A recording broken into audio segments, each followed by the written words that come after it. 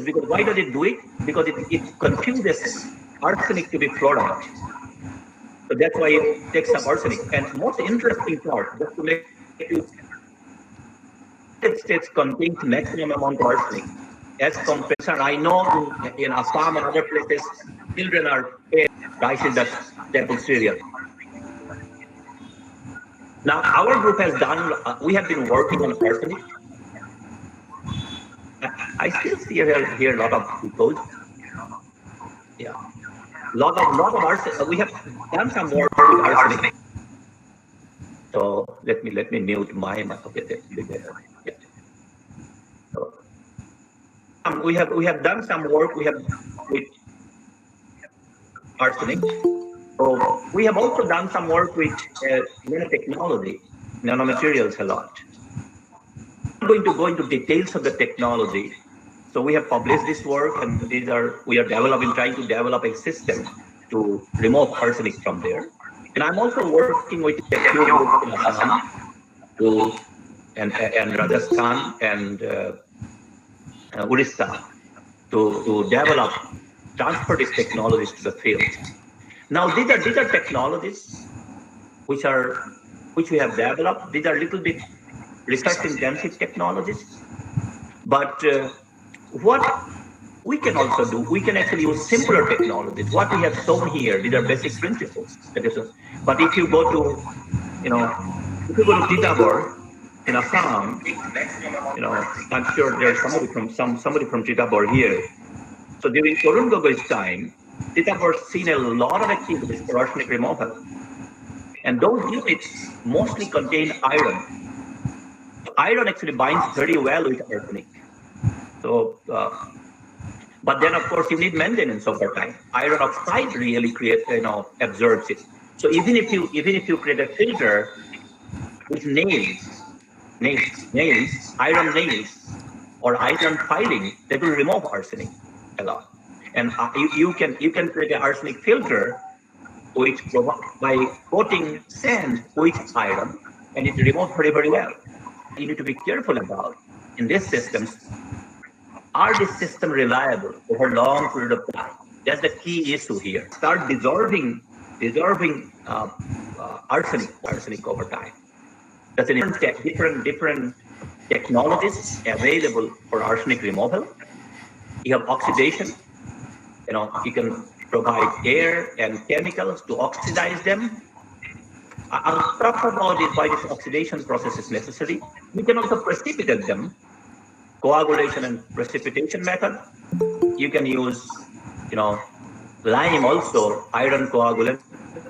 Also, one of the most successful technology, the sorption technology, where you use activated carbon, activated alumina, or even clay and nanomaterials to absorb things. And one of the most successful areas.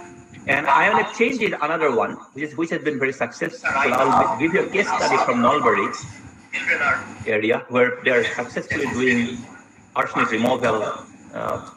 The reverse osmosis is another one. But there have been some controversies in Assam about reverse osmosis. I know there is a strong group of retired engineers who are opposing reverse osmosis in Assam. Their point is, reverse osmosis water doesn't contain nutrients. Well, that's right, but we do not take a lot of nutrients from water anyway. So we'll be thinking that as we drink water, a lot of minerals are taken into our body. No, it doesn't. In reality, it doesn't. It's basic. It has to be an organic form for the body to be taken up. What is present in water is mostly in inorganic form. So it takes some amount, but even if you do not drink water, nothing is going to happen. So I always make questions to those retired engineers. These are the people who were the helm of affairs of providing safe drinking water to people. Reverse osmosis is not a long-term solution, but it is an immediate short-term solution before we establish the real technology, the easier technology. So there's no harm in going for reverse osmosis. And the other one I want to talk to you specifically to this group. Biological processes is one of them, but we have been doing some work with Dr. Joshi in zoology department, the Dr. S.R. Joshi and others. So we have been working with them for identifying some of the bacteria that can remove arsenic effectively. There are actually work being done. If you look at literature, people have done arsenic removal, which process. Let me introduce you to species of arsenic. Arsenic can be present as arsenic 5 and arsenic 3. And as contrast to others like fluoride and others, they're not present. They're present bind with oxygen. So you will see arsenic, which is the arsenic 5, the arsenic 3 is more toxic than arsenic 5. So if you look at the right-hand side plot, arsenic 3 also is very difficult to be removed. Adsorption process. Because in adsorption process, your arsenic has to be surged. There needs to be a surge present.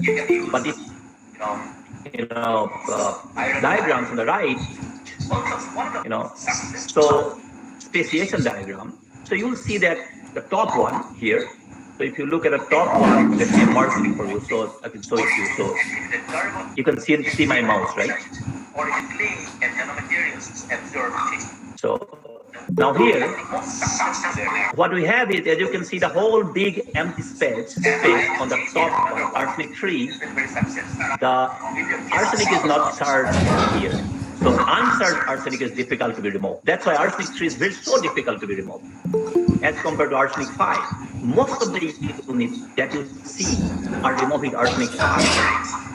But this is where biological systems can come handy, very, very handy. So biology actually, microbes are known to oxidize arsenic. And that's the whole reason in the first place why we have the arsenic. Please stop presenting. Rita Setia. Yes. Their point is presenting. Water doesn't contain nutrients. Well, pardon? Right. But we do not take a lot of nutrients from water. Hello?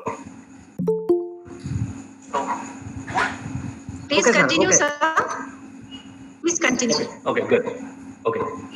Can you hear me well? Yeah, we can hear you, sir. Okay, good.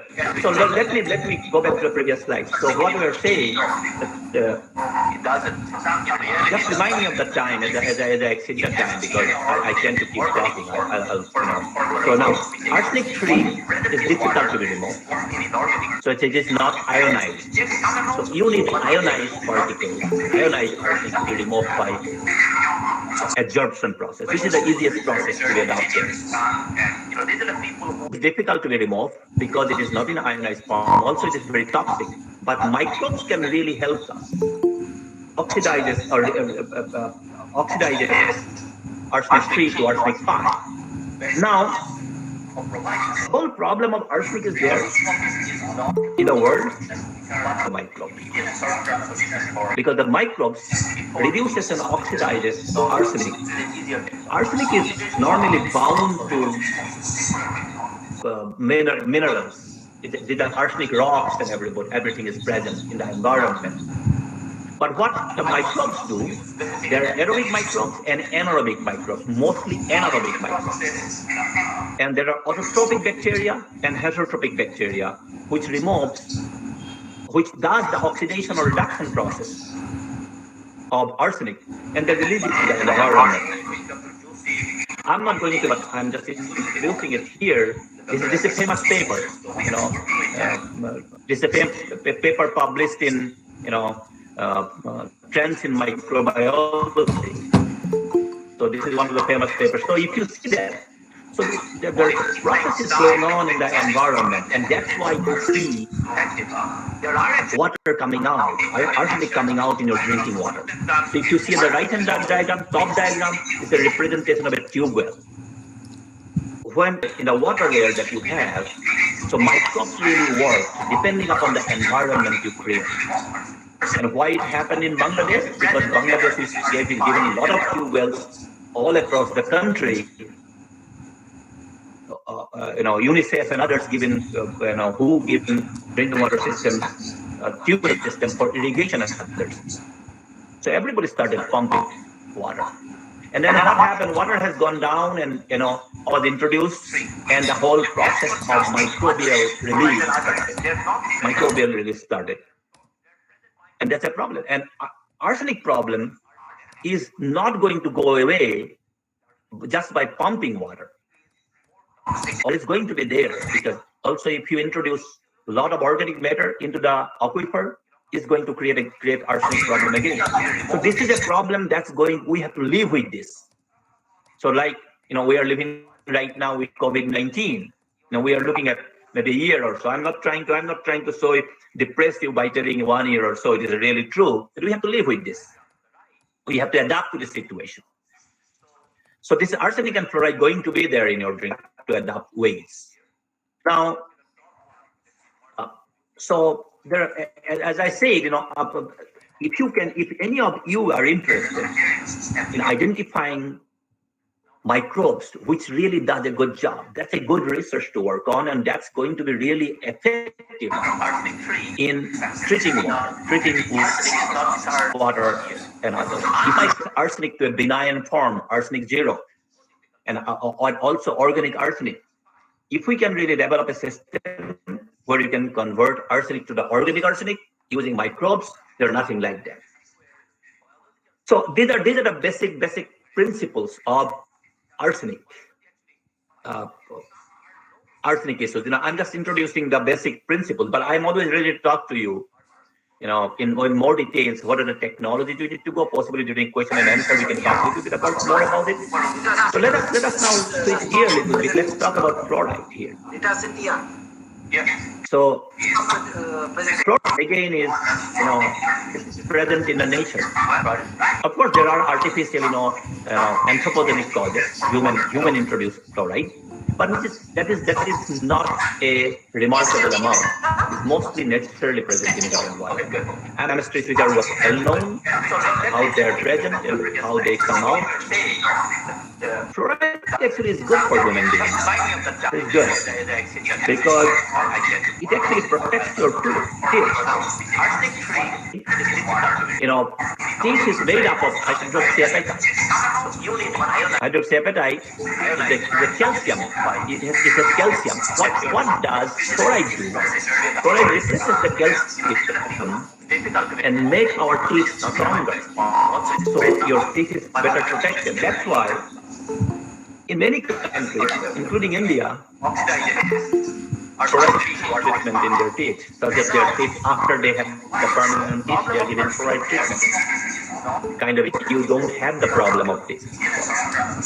But however, if you have more, what happens? All the calcium in our bone, all the calcium in our teeth are replaced by fluoride. That's when the problem starts. So that is when we have this fluorosis problem, dental fluorosis or skeletal fluorosis. We also have problem with liver, kidney, and others. So those are, now typically you don't see this problem. Arsenic is one thing which is going to manifest pretty easily. You can see that effect. But if fluoride, you may not see the impact. You may be drinking fluoride contaminated water. You don't know it, because we are such a privileged group of people that we have good food to eat. We have nutritious food to eat. But that combined fluoride with lack of nutritious food, we are looking at a real big problem. So that is something that is what is happening. So poor people and challenged communities are really getting affected, hard hit by fluoride problem, not only because there are fluoride, there's also malnutrition. So this is an interesting thing. So all of us, we know that Modi government has started this whole health mission in India. And health mission does a very good job all over the country. One of the things they do, they intervene in fluoride affected areas. So we'll talk about that in a later presentation. What kind of medicine they give. So they go to villages, they intervene, giving them medicines to overcome fluoride issues in children, most particularly. But at the end of the day, they say, okay, you have this medicine. From now onward, you have good drinking water. That is not within their purview. The drinking water is supposed to be supplied by public health department, and public health department is not there. My apologies if somebody is there from public health department. I'm not trying to say it's not totally there, but it's not there where you are supposed to be there. Now, if you look at all across the world, India is not the only country that is suffering because of arsenic problem. India and China are the worst affected. 27 countries are affected all across the world. And worst part that I identified, it is the rural areas and socioeconomic challenged communities that are affected. Who cares about them? We don't care about them because they are not important for us. Every 6 years or so, they're only important every 5 or 6 years. Otherwise, you don't care for them. There are so many social issues. They take it God's curse that, okay, this is happening to us, and people don't marry from those communities because they think that this community is cursed by God or something. But these are problems created by, these are solvable problems, definitely. Now, if you look at India, this is slightly older map. So you can see almost all states are affected. All states are affected by fluoride problem. I recently did Orissa. Orissa has a big problem of fluoride. So 1/3 of the Indian villages are affected by fluoride. So you know the magnitude of the problem. 1/5 of Indian population are affected by arsenic, and 1/3 of Indian villages are affected by arsenic. And as I said, we don't have any right to poison these people. That's the whole point. We need to do something. Now, we'll talk about this. What can we do? So these are typical indicators of fluoride problem. Across the country, and these are pictures from Orissa. Also, other interesting part which we normally ignore is that animals are affected by fluoride also. So imagine an economy in India where animals are affected by fluorosis and they cannot work for us. It will be a disaster. So we are. If we do not intervene, if we do not go in there and go down over time, doesn't matter what we do. Now these are pictures from Assam. As you can see diagram, the whole family is having a problem. I recently saw some MLAs in Assam are raising the problem. So I think it's full of their time doing things and getting this one of the ministers to working 24/7, which is a very good thing. Why cannot everybody can make it happen? Jal Ayu is there, Jal Ministry is there. We're giving money. There are schemes to be implemented. And also, this is an example of one of the villages from Khoda area.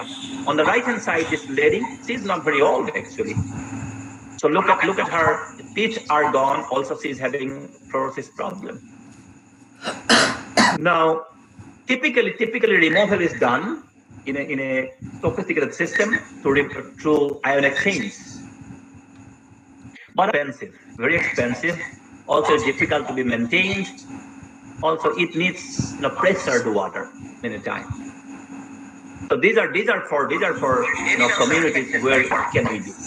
Can we develop a less expensive technology? One of the interesting part about fluoride is that. By the way, in case you lose my voice or something, and somebody has my WhatsApp number, you can always call me on WhatsApp. So if we have this removal process, when we use an absorbent, which is going to absorb it, arsenic is actually very good. Arsenic is very good. We can absorb up to 500 milligram per gram of absorbent. We can absorb 500 milligram of arsenic per gram of the absorbent, activated carbon or whatever you call it. But in case of fluoride, we hardly do 10 milligram per gram. Chemistry is such that we cannot have that absorption capacity very high. that one of the most popular fluoride removal technologies that we have in India and all across the world is the use of activated alumina. Activated alumina removes very well, but its typical absorption capacity is 3 to 5 milligram per gram. And if you manipulate the pH, remove more. Now, what is known as the Nalganda process. Nalganda process where you use aluminum salt to remove this. Now, I don't know how many of you know about it. I work with Dr. Gupta in Rajasthan. In Rajasthan, actually, they campaigned against Nalganda process. Nalganda process is banned in Rajasthan, banned in Rajasthan. Rajasthan is one of the worst affected area in fluoride. But right now, they have 2,700 reverse osmosis units all across the state, supplying very good water. That is amazing. So, reverse osmosis in Assam, but they're not suffering. People in Rajasthan are not malnutrition because of reverse osmosis water. And also, in fact, in the reverse osmosis is very well established. BARC has developed very good units. Tata Group has developed very good reverse osmosis units. There are other companies who has developed very good reverse osmosis in India. So now, what happens is, Nalganda process, problem with Nalganda process is they have banned it in Rajasthan because they use aluminum in there. So aluminum is a neurotoxin. So it causes brain damage, aluminum, if you have too much aluminum. So that is one of the problems. Actually, they create aluminum fluoride compound, and aluminum fluoride compound is a neurotoxin. And there have been publications about it. Now we have been playing with some of the easier technologies to remove fluoride. We thought, why not we just use activated carbon and functionalize it? Activated carbon as such doesn't remove too much fluoride, but if you put an acid group there, or some metal group there, it removes very, very well. So people have been using this. They're functionalizing with sulfuric acid, nitric acid, or some metal oxide, potassium permanganate, and aluminum with that. So now what you do simply, you just basically boil the activated carbon in acid, so it functions like this. And that acid group can remove your fluoride. But what our objective in what we are doing, we thought, it should be locally available. The material should be locally available. You do not get sulfuric acid or nitric acid locally. Also, it should be environment friendly. These are not very environment friendly materials. Also, that there are toxicities to this involved. So now, what we want to do, we want to use a simple technology, simple acid to functionalize it. So we want to make it easy, environment friendly, and locally available. Can you do that? I'll send a handout to you, all of you, about developing activated carbon easily. We are actually having an undergraduate student challenge. I'll send it to you. I'll send it to Dr. Kolita, and Kolita can send it to all of you. If anybody interested, join that program, let me know for the different place. So I'll show you at the end of my presentation. So now, this is something we can do very easily, activated carbon. So what we have, other than using this acid, why not use a carboxylic group, or an easier organic group to introduce that? So we can basically functionalize the whole thing, functionalize the whole thing very easily. We can use citric acid. Citric acid is available. People use it for food preservation, citric acid. Lemon got 0.3 to 0.4 molar citric acid. Okay. So introduce additional carboxylic group. We have actually published 2 papers on that.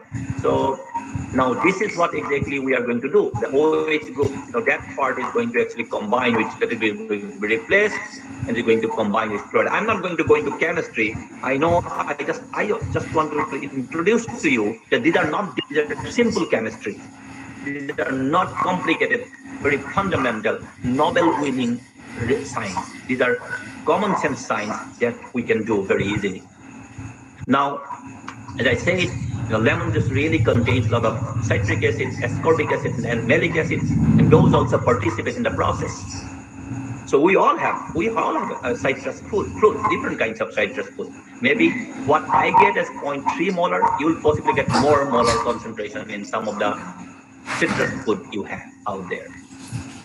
Now, this is a very simple process how to prepare it. So you take, activated carbon, you process it.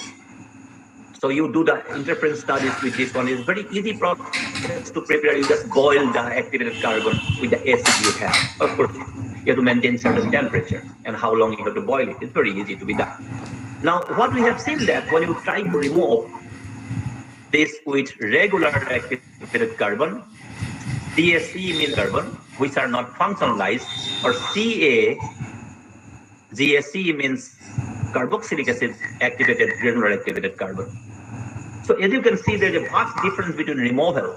So if you just functionalize with a small, very weak acid, you can remove 40% more fluoride from drinking water.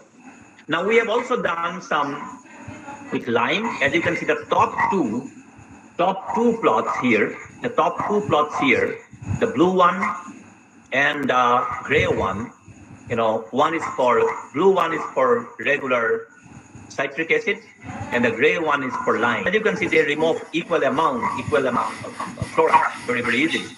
So what we get? We get a very impressive amount of removal. So with a carbon, which is not functionalized with any acid, that only removes 0.88 milligram per gram. But if you functionalize, the capacity becomes double. What does it really mean? Can you really use it in a filtration system? Yes, you can. You can use it. Because amount of water that we need, about 20 liters of water per family per day, that is very much doable with this kind of a system. Of course, there are, I know Dr. Robin Dutta in Tezpur University has developed a system, which is a very efficient system. And those are the systems definitely we can use. I'm not trying to promote any system or the other.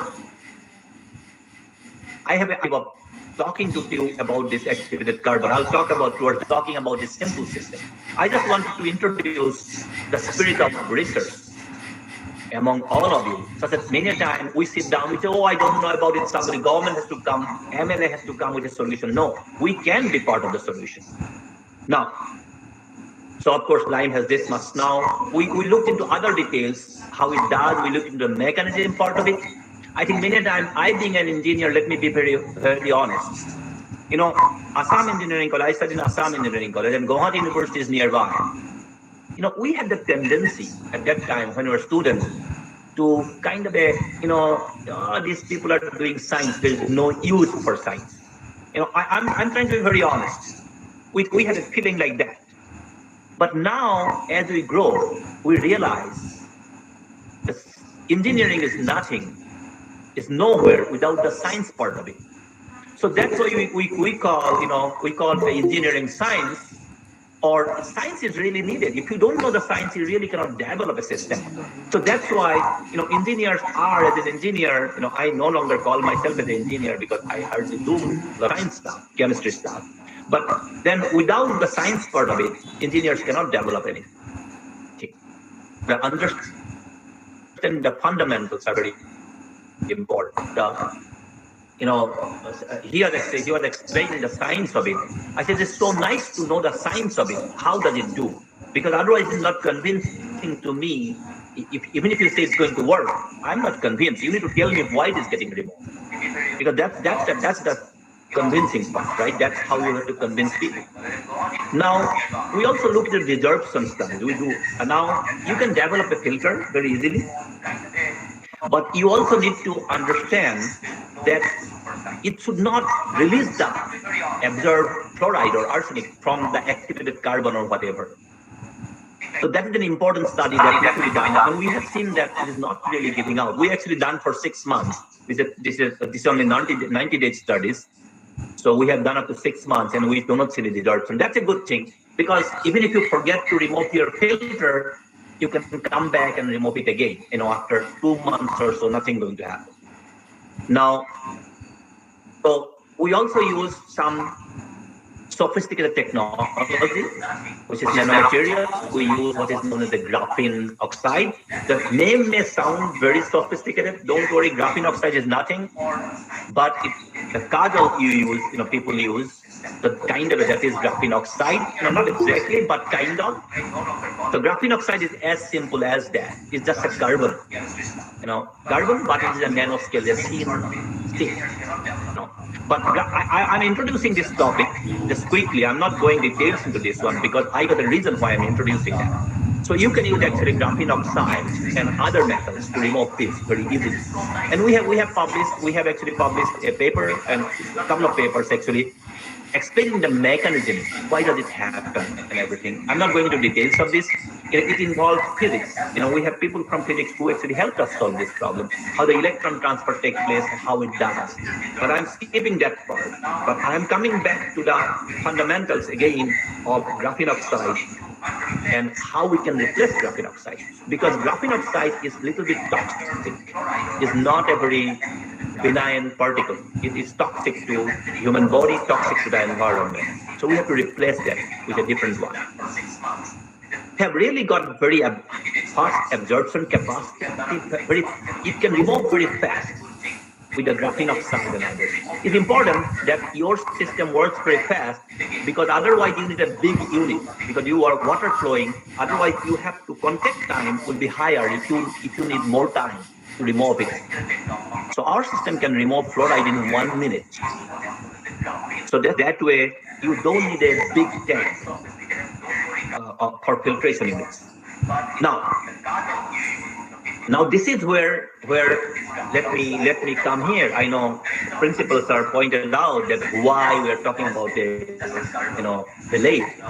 This is where, so I have talked so far from a chemist, an engineer's perspective or a biologist's perspective. But if you try to solve fluoride problem for that matter alone, you'll be a total failure because fluoride, if you are going to remove fluoride from a community, water, you have to have a health group of health medical professionals working with you. You have to have social workers work with you because social workers has to convince the people regularly. Because medicine is something, if I tell you today, Dr. Kalita, you have this problem, you have to take this medicine. Dr. Kalita will say, oh, no, I'm healthy. I don't need any medicine, So you tell me the same thing. Or you know what? You got heart problem. You take this, Cynthia, you take this medicine for your heart. I said, no, I don't have any heart problem. I can run every day. Process. Now, very interesting part. What Dr. A.B. Gupta is that, as you can see, people need to take different vitamins, So take these vitamins. So they did grind. They said, we'll supply with chutneys. So they did mix all the medicines into those chutneys and give it to people. And people really got benefited out of it. More particularly the younger people. They got really benefited because that really helps. So if you have a fluoride removal unit, you need to have a simultaneous. You don't take webinar happens to be a kind of intake COVID time. Everybody wants to have a webinar. I'm worried when I get a lot of sub messages talking to me, oh, can you present a webinar? I think there's no meaning of me presenting a webinar if you do not have a commitment, if I don't have a commitment of doing something. If I can motivate 10 of you today to do something based on what I'm going to talk today, I think my presentation is very successful. Otherwise this is just a talk, and we'll forget about it tomorrow. We'll say, oh, he made a good presentation. Oh, he quickly messed it up. That presentation I have never heard before. We're going to talk about one of these. I think that should not be the case here. I promise to give my time, and Dr. Kalita and others giving their time, just because something meaningful can happen. I know in schools and colleges, you do research. Most of you have, Dr. Moni Devraj, who is a good friend of mine, we have been there with a difficult time. Moni Devraj and persons are like difficult time. So he told me that, you have a research program going on in your school. Undergraduate students are supposed to do research also for 30 or 40 points. And also you have master's program in your school. So this is a good opportunity for us to do research. And you don't need sophisticated instrumentation to do research. You can actually use very, in-house instrumentation to do research. Let me go. So we talk sophisticated nanotechnology, sounds, but as I said, the graphene is complicated a little bit, so we don't have to use graphene. There is biosource. So this is very interesting. So I am from near Kaziranga. I see Hillal and others out there in the presentation today. Dr. Dev Borlaug Award for his pets burning. One of the wonders in the Borlaug Award, pets burning of reserve wildlife areas. Pets burning. What is pets burning really? Pets burning is burning the biomass and creating ashes. In reality, what we are doing, we are kind of creating biosar. Biosar is slightly different than this, but kind of what they did, it kind of created biosars. Biosars are naturally beneficial to the environment. A little bit done, we burn organic content in less oxygen, and we create this kind of activated carbon. I'll show you a good picture. So there are different uses of these biosars. You can do for everything. Biosars is very easy to be prepared, and that's one of the challenges actually putting forward. To that, I'm going to send it to Dr. Kalita, who can send it to you. One of the among undergraduate students. Can we do something? Can we create biosars of our own with a less technology incentive way? And this is a picture of the biosar. This is electron microscopy picture of the biosar. As you can see, there are so many pores in the biosar. Really help to absorb chemicals. So we can actually use a biosar instead of a graphene oxide is toxic. We can use biosars. That's what our current research is. We have been doing research with some of the group in NIT Durgapur and NIT Jaipur. We're trying to right now. Delhi got a big problem with people burning agricultural products. They have smoke in Delhi. If you have a biosar unit, something for which is helpful to people, you can effectively deliver fertilizer. That would be such a good thing to do. It's not that it's something new. We already practice it. So I'm not proposing something new to be done. Okay, now there are also things where people have developed what is known as a muddy drop. If you Google muddy drop,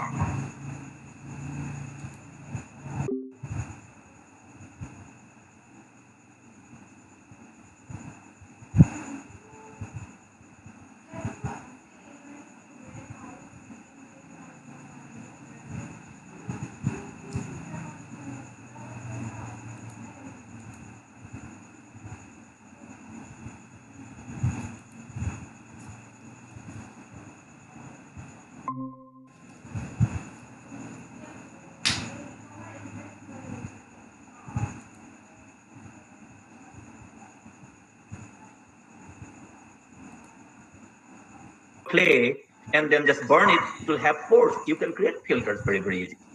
And these filters need to be tested for bacteria and E. coli and everything. And that you do in your lab all the time. You have the facilities in your microbiology lab, biology lab to identify, microbes by plate count. You can do plate count very, very easily. That's the you can do. Now, what is the objective? What we are trying to do in this whole research process? We are trying to create individual which needs 20 liters of water every day for drinking and cooking. If we can supply that water, 20 liters is nothing, very small amount of water. Now then you can create the whole village, then you can create the whole community.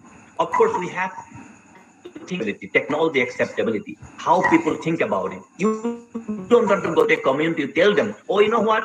I am such an expert. I want to give you a technology, take this. No, ask the people what they exactly need. What kind of things work for them. Then develop from there, bottom up. I think that's a mistake we do all the time. I think that we can keep talking about technology acceptance for a long time, but we have published a paper on this area. But I'll stop it here. But we can. I'll be very happy to carry on this discussion later time. Now, coming back here, what are the areas you can really help? You can do research. You can do research in any of these areas very easily. Health and well-being, clean water, life on land, or reduce inequalities by treating water. You reduce inequalities, so you can actually be a partner in the process. Or in the challenges, you can actually work on a lot of the environmental issues. You can say you are not a scientist, you are an educator. You can do on that enhance virtual reality. So you can create things so that people can learn better. You can create educational tools. And my objective today is to tools for scientific discovery. That's what I want to motivate you. And we are there. If you need any help for creating any research program, if you're really serious about it, let me know. We'll be more than happy. Virtually we do it. We have all the setup of cameras and everything. We can collaborate from here itself in getting things done. Classic example how successful a drinking water system can be. Many of you know the Pronoti restaurant where all Omen works. If you take a left turn, if you go from Romia side, if you take a left turn and go inside about 5 miles, you get what is known the Kothara village. There, they have established a drinking water treatment plant, which is a water ATM. People fill up 210 rupees per month, and you get, as you can see, those water bottles out there. And you just swipe your card like an ATM, 20 liters of water will come out. And it's a very successful process. This is where we can keep the PhD department. We don't need PhD. This is a classic example where people are taking things to their hand. So people pay money. There are 5 poor families for whom the water is free. Others pay water. Now, people initially objected to paying money for this water because they thought the water should be free. But then they have shown them, this is the arsenic removal unit. They have 240 microgram per liter. Actually, 10 microgram is the limit. They have reduced to 1 microgram or so. Now, they have shown to the people. I know, out there, Jitumani Kolika, I work with Jitumani a lot, and Jitumani explained me very nicely, how this works. Initially, people objected to paying money. Then they have shown their calculation. If they have cancer, how much money they have to spend every month, effective from now, So people bought it and people pay for it. As you see, liters of water is sold every day. So you pay 10 rupees, not dollars, so 10 rupees per day, per month. You get 20 liters of water every day. So this is a classic example. So we need to come up from that concept of free water. Nothing is free in this world. Now, if you bank on an MLA, today we have a BJP MLA or Congress MLA. Tomorrow we have a different MLA. If you have not voted for him, the MLA is not going to give you money. So forget the MLAs. Forget those, PhD departments. Let's take things into our hand. Let's do it. Let's make it happen. And there are governmental schemes, though. We can take avail of that. We can demand that government gives us the initial money to set up the things. But maintenance is ours. We have to do that. Okay? It's me one of the things that I talked about. I love, Navakanta Borwa is one of my favorite professors in Cotton College. And in the poem called Polok, he said, Daore ki kore, diya, adu diya, nikhef kore diya. What did the cloud say? Give more, give all you have. I think we can do some part of it. You don't have to give all of it, Now let me finish with a quote from Swami Vivekananda. So this is what exactly is this thing. So you may be worried about failure. Don't worry about failure. In life, if we win, we can lead. If we lose, we can die. I modified it a little bit because all of us are teachers. I said, if we lose, we can be teachers, right? Just to remind you, I am also a teacher. I teach at North Dakota State University. So I am kind of a loser, but I think I'm overall, I have been trying to do a good job being a loser. So you can be a loser, but you can do a very good job. Okay. So this is my that has done most of the things we talked about today, and we do things. We have group from all over the world, as you can see, and thank you everybody. Stay safe, stay healthy. I know it's a difficult time. We have been doing very well. We need to be a little bit more patient. We'll overcome this problem, and we'll be able to get back to our normal life. Information, if anybody needs, I'll be more than happy to help you out. Thank you very much. Thank you for your patience, and I'll be more than happy to get your suggestions or any comments you have today.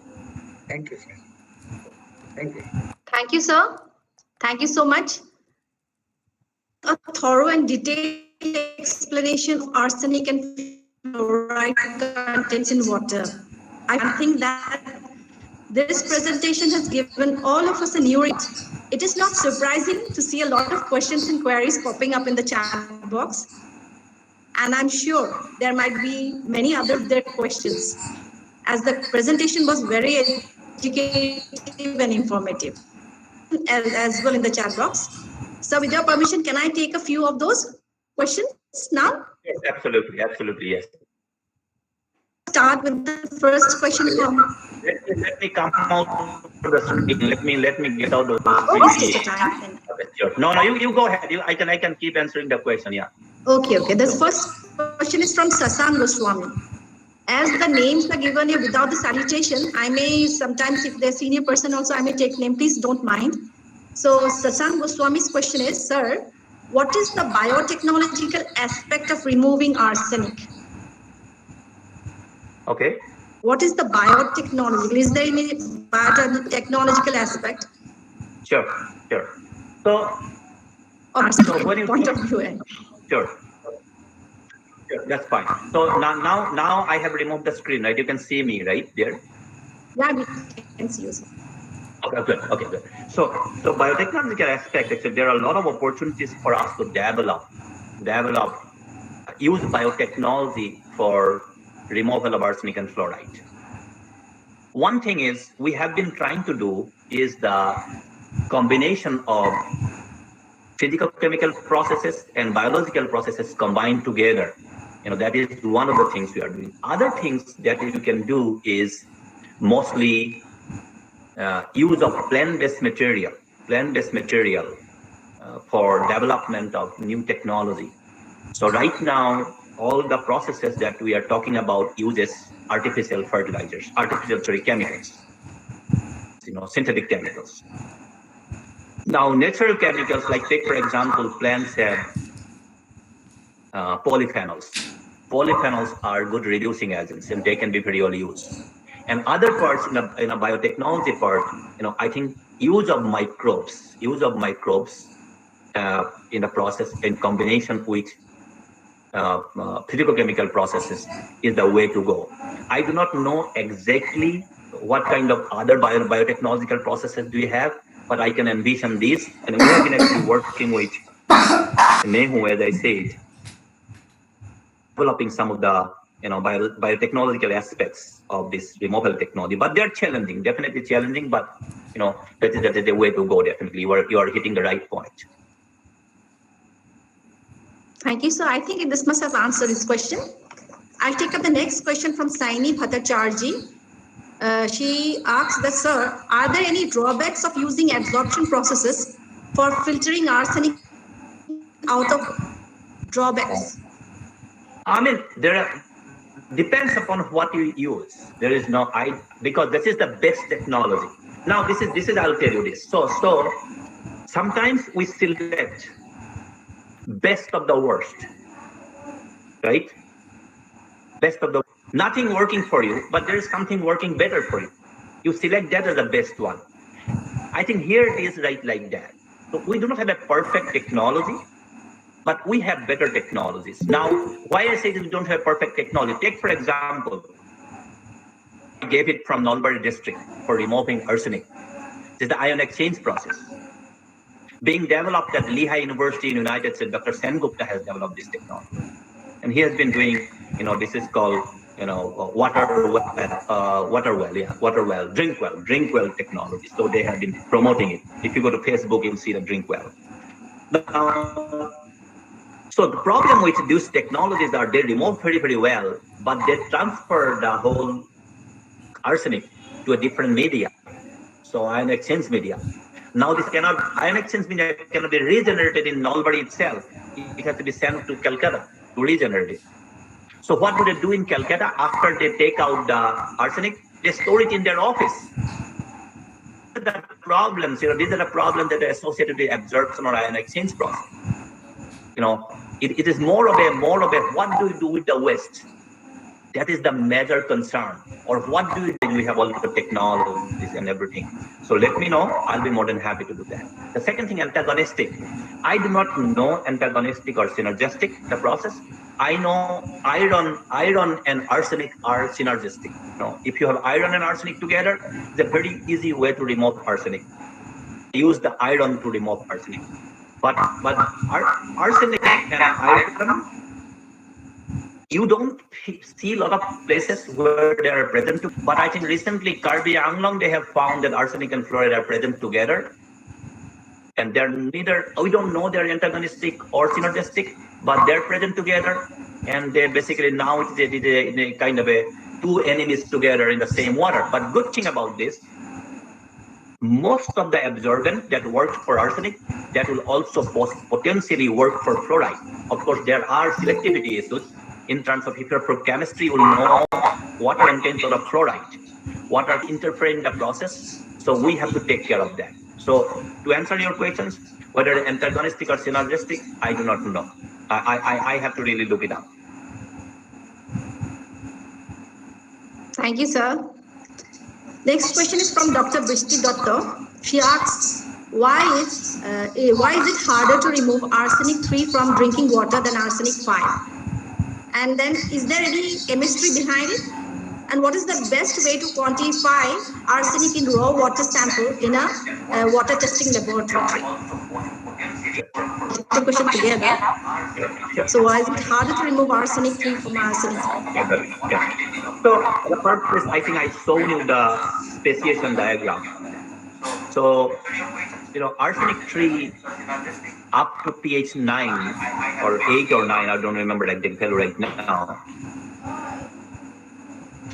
9, a charge neutral situation. So absorption process work based on charges. So it is not point of zero charge. Below point of zero charge is absorbed very, very well. I'm not going to go into details of those. But as because up to pH 9, arsenic 3 remains in a non-ionized form, it's difficult to be removed. Yes, it's very strongly chemistry dependent. Absolutely. Now it's difficult, that is the reason it's difficult to be removed. That's why we have to oxidize them to arsenic 5. That's from arsenic 5 is very ionized, starting from pH 3 onward, upward, very ionized, is easy to be removed. Now for quantification, you need an atomic absorption spectrophotometer to know arsenic. Speciation is a little difficult than quantification. Quantification is relatively easy, but you also get strips to test it. So, but they do not work very, very well. One of the challenges that we have is the detection of arsenic and fluoride. So fluoride is comparatively easier to be detected. You can do, you can use an electrode, and you can also use UV spectrophotometer to detect it, relatively easier. Two are still challenging. We cannot monitor them in the arsenic and fluoride. My friend S.K. Saha from this one, Bose Institute of Fundamental Research, he has been trying to develop some sensors for fluoride and arsenic. These are challenging areas. If you are in that area, I think if you can develop an arsenic and fluoride sensor which will work easily, that will be great. And to summarize your question, yeah, there are techniques, but you still have to send your samples to the laboratory to get it done. You cannot do it yourself most of the time. Thank you, sir. There is a similar question from Sharmista Chakrabarti. I think you have answered her question now. Is there any technique by which we can test our drinking water in home, as water in Barpata district is also very contaminated? So what is the technique that we can use in home for fluoride and arsenic removal? First thing I'll do, I'll look for indicators of arsenic and fluoride contamination in the community. So, that is one thing I'll do. If you have that, I think that makes a strong case. I'll talk to local public health engineer to get the water tested.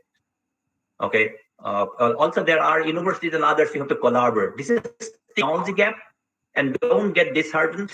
In the United States also, we have this technology gap. Not every university can measure arsenic and fluoride. Not every small university can measure it. So it is a problem. We have instruments, but sometimes our instrument break down. Then we have real trouble to get it analyzed. But good thing is you can store this sample or arsenic and fluoride for a long time. It doesn't decompose, spread or anything. It remains the same, more or less. So you have to get it tested by public health engineers, and that's why our public health engineers are strong. Let us get things done through them. You should definitely want to collect samples and give it to them, get it tested. Okay. Thank you, sir. Can we take a few more questions, sir? Yes, sure, absolutely. Yeah. There is another question from Dr. I have time because I have my class in 1.5 hours, so I'm good. Yeah. Okay. Question from Dr. Shaikul Aslam Khan. He said that the medicated toothpastes contain fluoride. So how much is it reasonable to apply it regularly? Is it reasonable to apply? Sure. I think for adults, that treatment is not needed. Fluoride treatment is not needed, really. So you can occasionally use it. For children, it's good to use, but I will not possibly use every day. I think fluoride you need a little bit, not too much of fluoride. But if your water doesn't contain a lot of fluoride, it's okay, because we do not normally, of course, children do. Children, kind of they swallow things, they love it. So, but I think it is okay to use it, but I'll possibly use alternate fluoride in this. We actually have more issues. Excess fluoride than lack of fluoride at this time. But where there is no fluoride in drinking water, I think we need some fluoride definitely. But also remember, fluoride is also present in fruits and vegetables, and lot of our products. And also same thing. Also, other thing I didn't talk to you about. Question. Other thing I don't talk about is the irrigation water. Irrigation water is a major concern also. But coming back to your question, I do not have a exact answer for your fluoride use, but I will say that we don't really need to regularly use fluoride all the time among adults, but children need some fluoride. Don't do, but fluoride is only done once or twice. Once the calcium is replaced in the upper side, but you don't need additional fluoride treatment. Thank you so much, sir. There is another question from Learners Hub. The name has been given us such here in the chat box. So do you have any information regarding hotspot areas or districts of Assam which has arsenic and fluoride contamination? So are you from Assam? I don't know, because the Learners Hub, the name is Runa RB. Okay, sure. She has given it in chat box. I don't know where you're from. If you're from Assam or wherever it is, as I said, it's a village. We need a village. You are part of the village. You are responsible to find out the hotspot. I do not exactly know the hotspot. I know, 24 districts out of 27. We have 27 districts, right? Or we have more districts. I think 27 districts in Assam. So 24 districts in Assam has arsenic and fluoride problem, and there are hotspots there. Karbi Anglong is totally fluoride. A lot of fluoride are there. Then if you go to Majuli and Titapur, those areas, Jorhat district, you have original Jorhat district.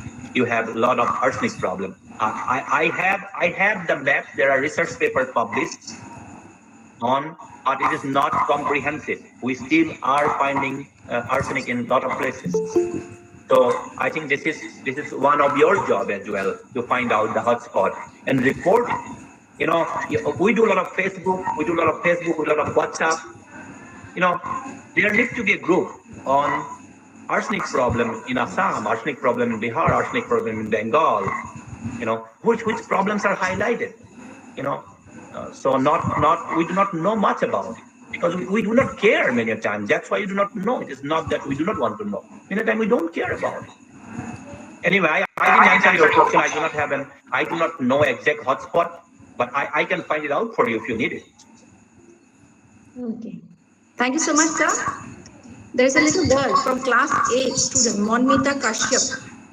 She wants to know, but I think you have answered, but even then I want to read out her question. Why arsenic and fluoride is regarded as toxicants and are hazardous for human beings?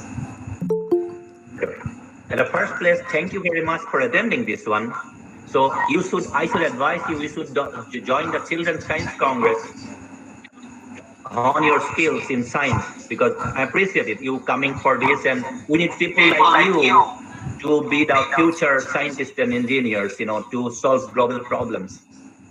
And you should definitely join Children's Science Congress. I don't know which state you are from, whichever state, everybody has this Children's Science Congress program. You should join it there. There are a lot of health problems that as I identified earlier. You you have most cases. In arsenic, you have cancer. That is the worst case scenario. You can have cancer, you can have blisters in your body and everything. And fluoride, you have the dental problem, also bone problem. I have shown in the pictures. You know, if you send me an email, I'll be more than happy to send you additional information if you need. Or if you Google it, that problems caused by arsenic, you'll find a lot of them. Actually, you don't need my help. Okay, thank you again for joining today. Appreciate it. Thank you, sir. I think we have come to the end of this interactive session. I'll take the last question from Dr. Jyotismita Das. It's a different question, I suppose, but I think it is interesting. Is dumping near Boragaon, Guwahati, Assam creating threat to biodiversity of Deepor Bill, lone Ramsar site of Assam? Sure. That is, you know, now Monidip Raj is there. I know. I don't know Prasad is there or not. These are part of our heart. You know, so we know that solid waste contains a lot of chemicals. Also, now there are now PFA, PFOS, and others which are further toxic. There are heavy metals in there. It definitely affects our water. You know, it will some species will become dominant, and some people will die. I think I'm not a, you know, I know there are people, you know, from Original, Bibhob, and others, Early Bird, who are extensively working in that area. Prasanta Saika is working, Monidip Raj is there, then Porimal Bhatta is there. These people all are working in Liverpool. I know other engineers are working. I'm not going to go to details, extensive details, but I want to bring up a different issue here. You know, many of you know that Deepor Bill is a kind of a dying because of lack of interest. And Monidip, and we all talked about it. Did we really do a good job when we come up with Deepor Bill issue? Did we really? Was it a success? Well, that the failure. Deepor Bill, we couldn't preserve it because of lack of political will and everything. Thing is, Deepor Bill has created so much consciousness all across the country, all across the state for wetland conservation. I think that's a good part about Deepor Bill. Now, solid waste dumping is going on. We need to definitely prevent it. For solid waste dumping, you need an organized solid waste dumping site. It's not going to one village. Now they're talking about dumping in Sonapur. So Sonapur also, if you dump it, the same problem going to be there, because if it's contaminated, you need a scientific process to do this. So that's it. So it is definitely affecting biodiversity and others. So we can talk about it more details. It's in my heart. This in more details. Thank Thank you, sir. There is, I think, Dr. Jayashree Adhikari. She's a Presidency University, Kolkata, West Bengal. She says that she's currently working in the effect of arsenic exposure on gestational women in their newborn. So she's happy to see people concerned with arsenic. She's working. Then there are many appreciations, sir. There is another last, Anupam Kumar Medhi. His question is, sir, is the rate of arsenic contamination found? If so, why? Oh, over time is going to be more water you draw. You know, you basically accelerate the geochemical process. You accelerate the geochemical process. So more water you draw, more of the aquifer is exposed to oxygen. Oxidation process goes on, and then if organics go into the aquifer, it goes on in the process. It will increase over time. It is going to increase over time. It's not going to go down. If you have 200 microgram concentration today, if you keep pumping, it is going to go up over time. Because arsenic is not a limited quantity. Arsenic, there are a lot of them. So as you keep pumping, more and more will come out. It's going to be a progressive problem. That's what I say. We have to live with this. How do you want to live with it? That's the whole issue. Thank you once again, sir. We have come to the end of and I would like to thank you for such a wonderful presentation. And so we'll go to our next program. I would like to request President of ZSA, Sri Priyabata Lahkar sir, to address the gathering.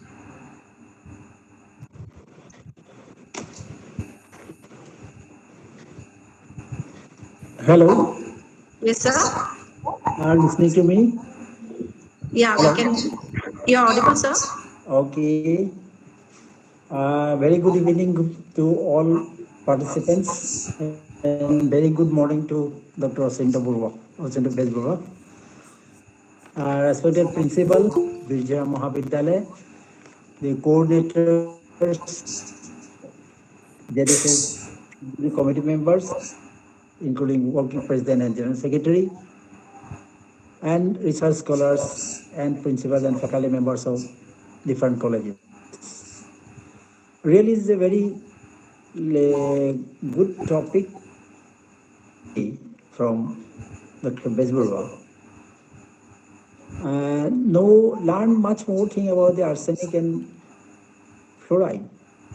Some participant has put questions whether if fluoride and arsenic is useful, then how it can be a poisonous thing.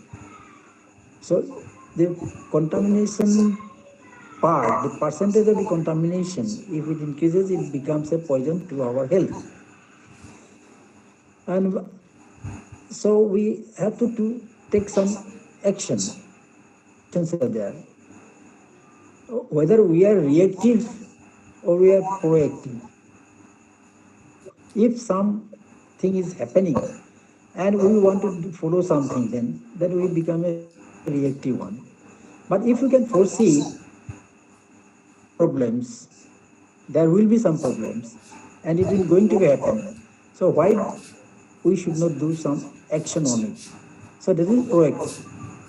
And I think after listening to Dr. Bezburwa, many of our research scholars' mind is ignited and they will take up this program of doing research on these areas.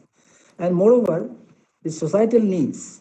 The Bezburwa has cited one example of a village near Rongia, installing a machine, and the society is selling water, 500 liters, some amount of, up to receiving some amount of money.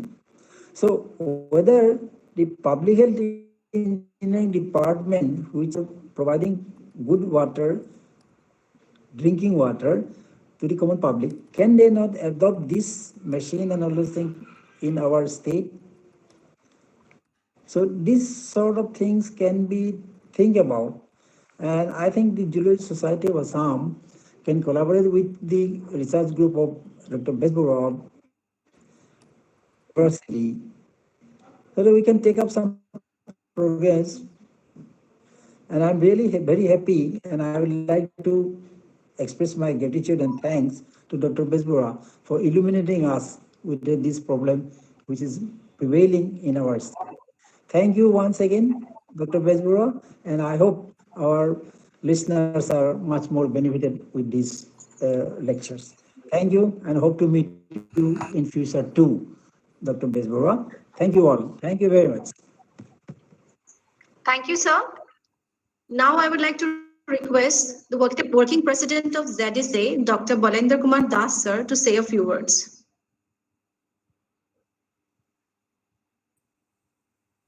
Das sir, Arsenic, Devina.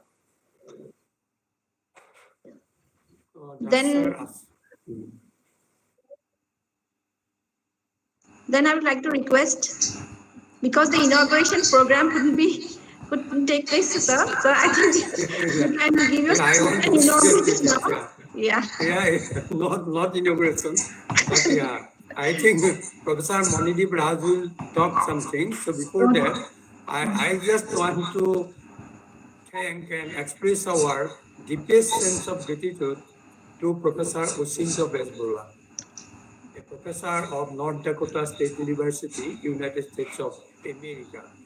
It's a wonderful lecture, very insightful, very encouraging, and he initially, when I contacted him, his main objective was that it should be meaningful. He was talking to me time and again, sending me messages, and he was saying that this should be meaningful. It should not be just for the sake of presenting an international webinar will be there and nothing will be followed. So therefore, today repeatedly, again and again, he was talking to our young fellow friends and the professors of India and across the state of Assam do something. So therefore, I am very much impressed and I am hopeful, and I want to say that Vishura Mahavidyalaya is one who could bring you in their platform, because we are working together with Vishura Mahavidyalaya. Dr. Anindra Kumar Sharma, the principal, very active, and his college is a science college. Me that Professor Kolija, please connect one professor who will be excellent and whom we can follow for the future. Honorable distinguished guests today, all from different universities and colleges, our president has already, Priyapatal sir, has already pointed out the very important aspect of the discourse, the deliberation, and the interaction. I think Professor Usinto Besbura could understand the mind of the people of the state of Assam and India when they were putting questions to him. And say him that collaboration is very, very important, and we are going with it. Collaboration we will be doing with many universities with your guidance. I know that Aranyok you have mentioned about the names of Assam Engineering College, a great institution and Guwahati University. We want to work together. I do not want to take names of all organizers because of time factor, but I respect all the participants who have joined today. Professor Besbura has beautifully highlighted the aspect of his precious research. The problem of fluoride and arsenic contamination and link the disease to the people, those who are suffering across the globe, very specifically the people of Northeast. A keen interest to India, but a very special interest to Assam. He mentioned about different parts of India, including Karbi Anglong, Doboka, and Nagaon, part of Nagaon district, many 24 districts. So they are encourage people, our people, scientists who are in colleges, because we have ideas. why not to put those ideas into action? Why we need research? We say that we need research to solve problem. So therefore, the big health problem, fluoride and arsenic, we need to work together. You cannot do so much. But if we are together, we can do so much. So therefore, we are grateful to you, sir. It's a worldwide, millions of people are affected. Assam is like a hotspot of this particular problem. Your proactive role, but Monidip, in this today's morning, Monidip sent me a very special message in the group that Professor Osindo Besbulwa, when he was in Assam Engineering College, he was the first person to object to the construction of railway line across Diporville by holding a press meet in the press club along with two research scholars from Guwahati University. Monidip Raj did not mention about the name of the research scholars. Here, I want to know from him. Incidentally, in that particular year, Aranyok was formed. That was what Monidip has informed us. As Professor Osinto Besburwa, another issue, fluoride and arsenic, and the people of Northeast and people of India. So let us join hands together. That is my appeal to all of you who are attending this. I am sure Professor Besburwa's deliberation and interaction and encouragement help all of us, students, research scholars, scientists, to do something more in this regard to safeguard our healthy future. With great pleasure, I congratulate organizers, especially Bijra Mahavidyalaya family and Zoological Society of Assam. Thank you all. Thank you so much. Thank you, sir. Thank you so much, sir. Now I would like to request OER coordinator of ZSA, Dr. Manidip Raj, sir, to deliver his speech. Thank you, Devina. Am I audible?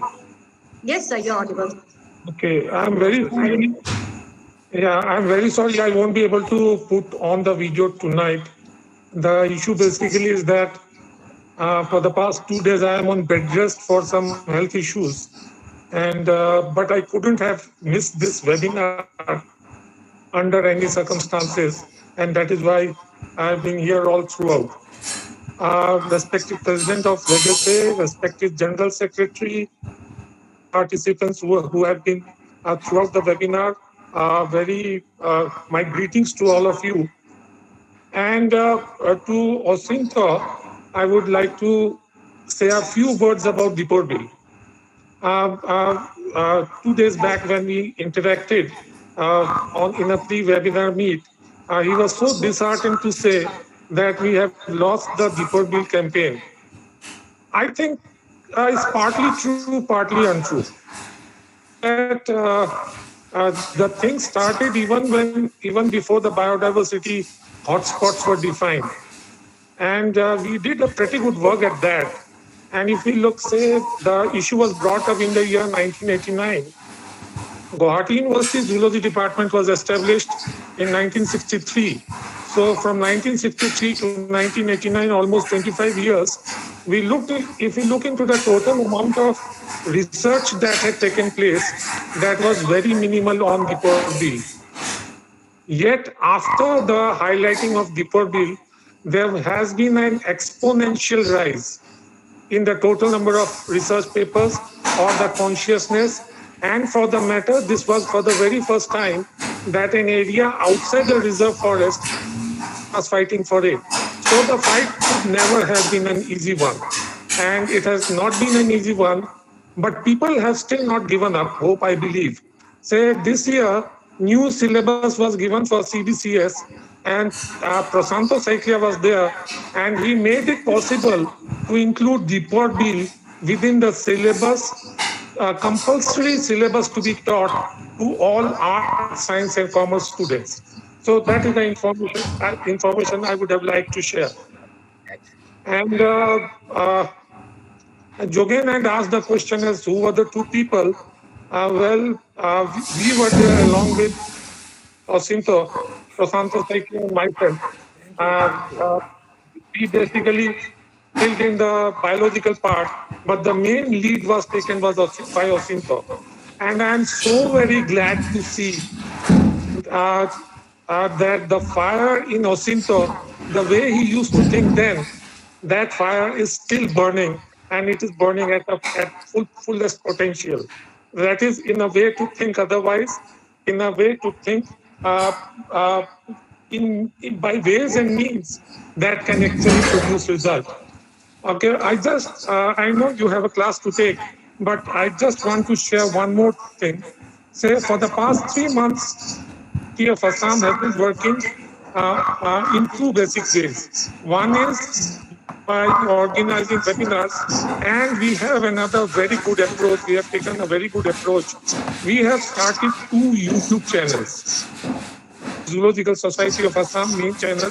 You just go down to YouTube and type Zoological Society of Assam. There we have 130 voice recorded PPTs from across the globe, with maximum coming from Assam. And we have another channel, ZSA Environment, and both the channels which are doing pretty good in the sense that in the first channel we have around 47,000 views, 2,100 participants, and we have 1,400 hours of YouTube watching. We are not a song channel, but by all means, we are doing very good. And Jogen and others, they have given the responsibility to me to coordinate the channel. So thank you all very much. And it was really heartening to listen to Osinto after a very, very long time. All the best to you, my friend. Thank you. Thank you. Over to you, Devina. Thank you so much. I think we have come. Yes, sir. Devina, Yes, sir. It was Monideep who gave me the address of Professor Osinto Besgurwa. Then Dr. Biplab Saha on the same day contacted me that Jugenda, he is a very good person. I told him to wait, and Biplab Saha was waiting for 1 month. And after 1 month, it could happen today only. Thank you once again. It was very good session. Thank you so much. I think we have come to the end of the webinar now. And I would like to request our IQS coordinator to offer vote of thanks. Or is there something else we need to do now? No, vote of thanks. Vote of thanks, yeah? Sanjeev Baglari. So, Baglari, I would like to request IQSC coordinator to offer vote of thanks. Oh, Madam, Dr. Biplab Saha will deliver this vote of thanks. Okay, that is what I wanted because he didn't answer me back, so I didn't know. okay. So, I am audible to you? Yeah, you're audible. Because You can go on. the video is not watching today. So I will tell you the audio only. Okay. Okay, no So, problem. it is my great pleasure that I could address before you on behalf of the convener of the webinar. Is jointly organized by Department of Zoology and IQSC Vidyara Mahavidyalaya and Zoological Society of Assam. On behalf of this convener, the international webinar, I would like to offer my vote of thanks. At first, I would like to convey my heartfelt gratitude and thanks to Dr. K.K. Sharma, Honorable Principal of our college and Administrative Health. Second, my acknowledgement and heartfelt gratitude and sincere thanks go to our eminent invited chief guest from USA for his fascinating presentations and interactions in the webinar. Because in his busy schedule, he has spared 2 hours in our virtual stage. In future, we are seeking your kind help in implementation of the contamination of the water purification project in our college. So your idea regarding the science and engineering habits is a very memorable one. Also very fascinating one. With that, I would like to thank you. I would like to offer my special thanks to Professor Jogin Chandra Kolita, General Secretary of the JSA, without whose help we could not conduct this webinar. I am grateful to Professor Jogin Chandra Kolita and the Director of the UEC HRDC, Guwahati University, for timely suggestion and necessary help to complete this webinar. I do hope in near future also we will help us in to conduct more webinars and other academic activities related to the Bijaram Mahavidyalaya. Thank you, Jagannath. I would like to offer my special thanks to P.B. Tolhapur sir for his valuable speech. In his old days, still he is encouraging us for improving the educational scenario and quality enhancements. Thank you, sir. Please keep it up. I would like to offer my special thanks to Dr. Mudeep Raj, Coordinator, Open Educational Resource, JSA, Government Secretary, for his valuable speech. He is the son of Professor Butaram, who was my Guruji at Government College during my PhD course. Dr. T.G. Devina, Assistant Professor at Dikshiti College, Belgaum, Assam, for anchoring of the whole program and excellent moderation activities. Within a very small period of time, he has taken responsibility of control, anchoring, and moderation. My special thanks go to the IPCC coordinator, Mr. Sanjeev Bagdari, for technical setup of the webinar and coordination of the webinar, starting from Google Form fill-up up to the completion of the programs. My special thanks also go to Mr. Pankaj Das, a computer designer of our college. My sincere thanks also go to all the participants, research scholars, alumni of the Bijaram Mahavidyalaya, faculty of members of different colleges and universities, and my dear student friends, without whose cooperation it would not have been completed. With these few words, I'd like to conclude my vote of thanks. Before concluding, I seek apology to any inconvenience caused to anyone. Thank you for your kind cooperation and patience in making the international webinar a great success. Thank you. I thank all the participants. Please fill up the feedback form given in the chat box before you leave. Thank you. Thank you. Yeah. Thank you, everybody. Thank you. It's nice. Thank you. Thank you so much, sir. Thank you. It Thank was you, very Devina. interesting. Thank you, sir. Thank you for your presence. Sure, sure. Thank you so much. Thank you. Let's talk about phone. Yeah, talk about phone. I have your phone number, I suppose. Yeah. Thank you. Thank you. Thank you so much. We'll Yeah. be in touch. We'll be in touch. Yeah. Bye-bye. Bye. Okay, good night, sir. Good night. Good night, everybody. Okay, good night, everybody. Okay, बहुत ভাল লাগিলে Baglary Sanjeev Baglary Thank you, sir. Thank you. Thank you. Biplab Having a nice Saha session. Such a great বহুত ভাল session লাগিছে today. আৰু আমাৰ টিজি দেৱীনা আমাৰ sir. Khanindra Kumar Sharma আছেনে principal Sir. Oh, bye. You are very lucky. Your college family is very lucky. Very nice and very fruitful and meaningful webinar. Jogen sir. Yeah, you spoke so well, Monideep. And today, today our presidents are also made very nice presidential speech. Presidential speech is always. Thank you, Jogen. Thank you, Monideep. Devina. Oh, sir, thank you so much. Biplov said your performance was unique. Very nice, excellent. Well, there was a disturbance, I Yes, suppose. Devina, it was very nicely conducted. Very nice. Thank you so much, sir. Thank you so much. And the questions you presented and put to the resource person did very nice. Okay, And sir. your coordination with Biplov and Sanjeev. Good and moderator. you. Thank you, sir. Thank you. Good Thank you so much. Nina Baidu, I can see Nina Baidu.